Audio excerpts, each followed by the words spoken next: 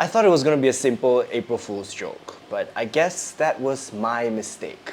Nothing's ever simple with Pat. It started with just the text, basically. We were talking about the potential of a smaller Sidekeep RDX, and I was like, haha, isn't that just called the tuna pouch, or TP? And that was it. That was all it took. It was like Inception. The seed had already been planted in his mind workshop. Hey kids, it's a very hot Sunday afternoon and looks like I have nothing better to do.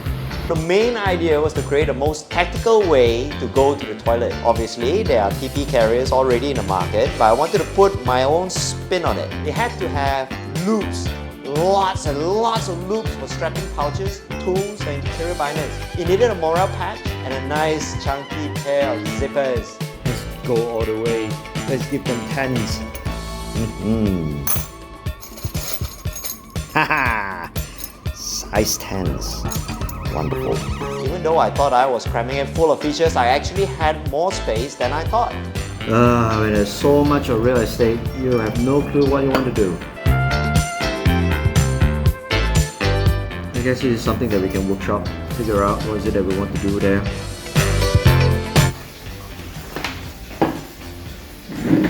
This is the very first prototype. I like the fact that we're able to make this opening here. And I like this. This space here has become something that's very of interest. It's very usable now. This loop is also very usable. What I don't like about the Throne Raider at the moment is the fact that the opening here is way too big. So we're gonna have to close up the sides here a little bit. Otherwise, everything is great. You know, this is how you load up. With my mind made up about how I wanted the layout to be, there was nothing left to do but hunker down and make the pack.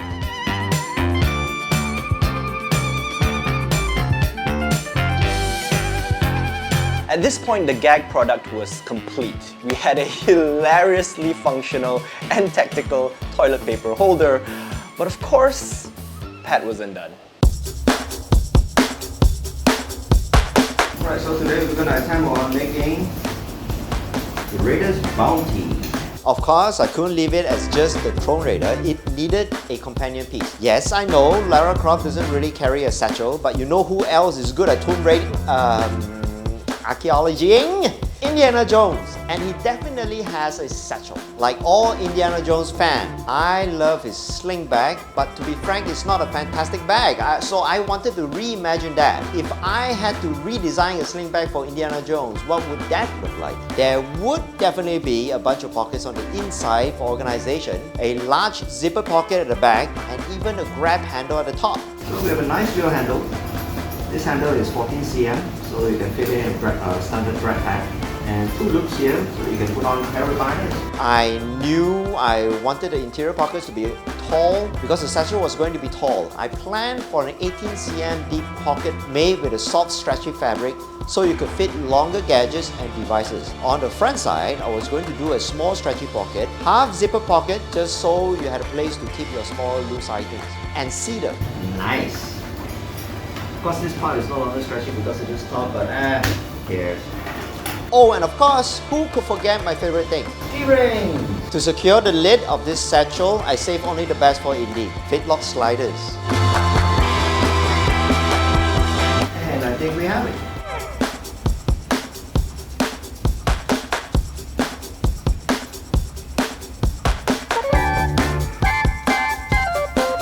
Now that we have both products done, it was finally time to move on to phase 2. The goal for the Throne Raider cartoon was to recreate the opening sequence to Angelina Jolie's Tomb Raider. But to do that, we needed a couple of things, and the most important thing is a villain. Since the product was a TP holder, Rory thought it makes sense for the villain to be related to the Loo too. That's how I came up with the idea for the grip, the physical manifestation of the urge to poop.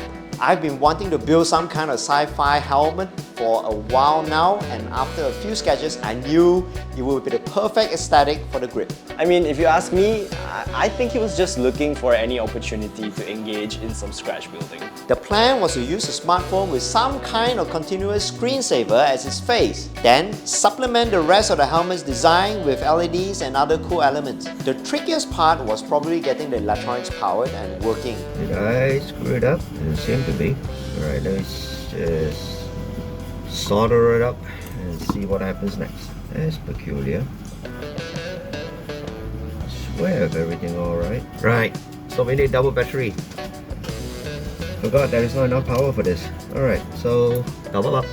We'll be fine. So there you go. There's a switch here. Oh god damn it. It's not working. Alright. Ooh. There you go. Yeah, that's it. That's how it'll look.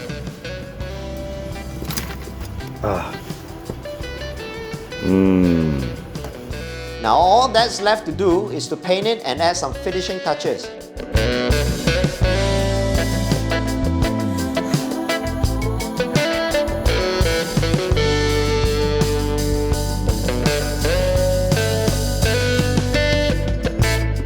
So we have the Throne Raider, the Raider's Bounty, and now we also have a villain, which means there's only one piece of the puzzle that's still missing, and that's Lara Croft's most recognizable asset, her twin pistols.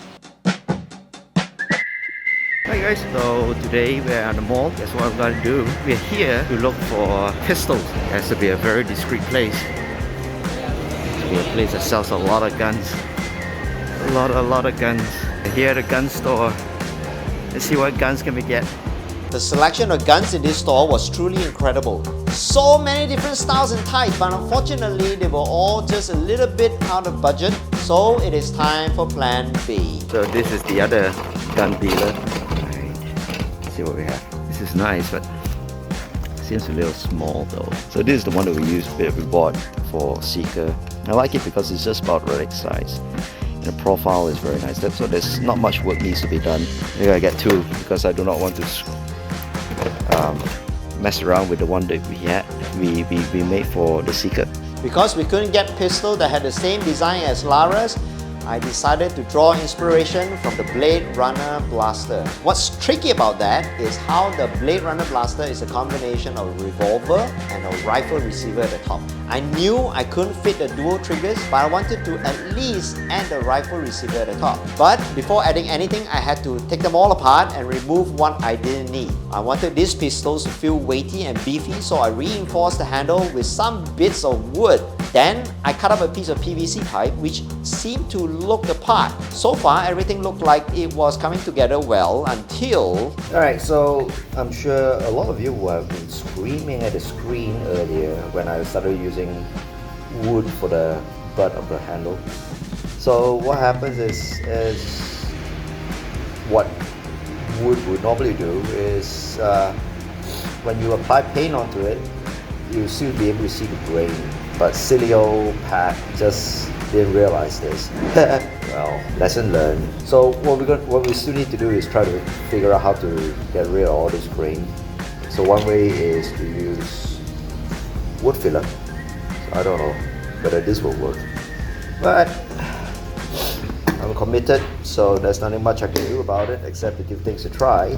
While the wood filler was hopefully filling in the wood, I moved on to the rest of the blaster. The rifle receiver came out quite nicely, and it was about time for me to add the bottom section that would not only beef up the barrel, but also house the batteries for the LEDs. Obviously, the only thing to use was a tube of M&Ms. We are at the last 20% of the build. The paint job's done a very good job. I like the paint job. So now is the final thing that we're gonna do, which is to install it. Then after that, we're gonna complete this, the electronics, and mount the thing onto the bottom. It has been weeks since we started on this project. I have spent weeks weeks on this silly little April Fool's joke, and at this point, I was wondering if this was worth all this effort. That feeling would be a recurring one even in the weeks that came when we entered production and post-production. But now, looking back at it, I think I would be more annoyed if we didn't go all the way, if we went through all of it and ended up with nothing to show for it.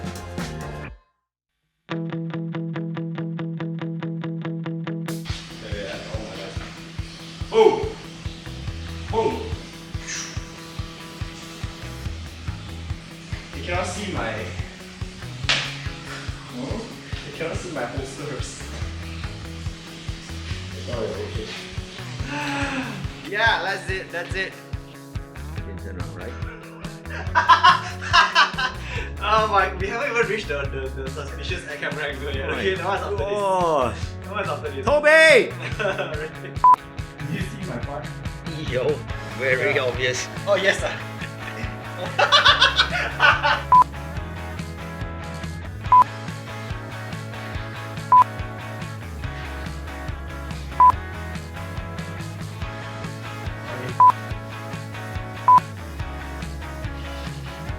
Not as easy as you thought, ah.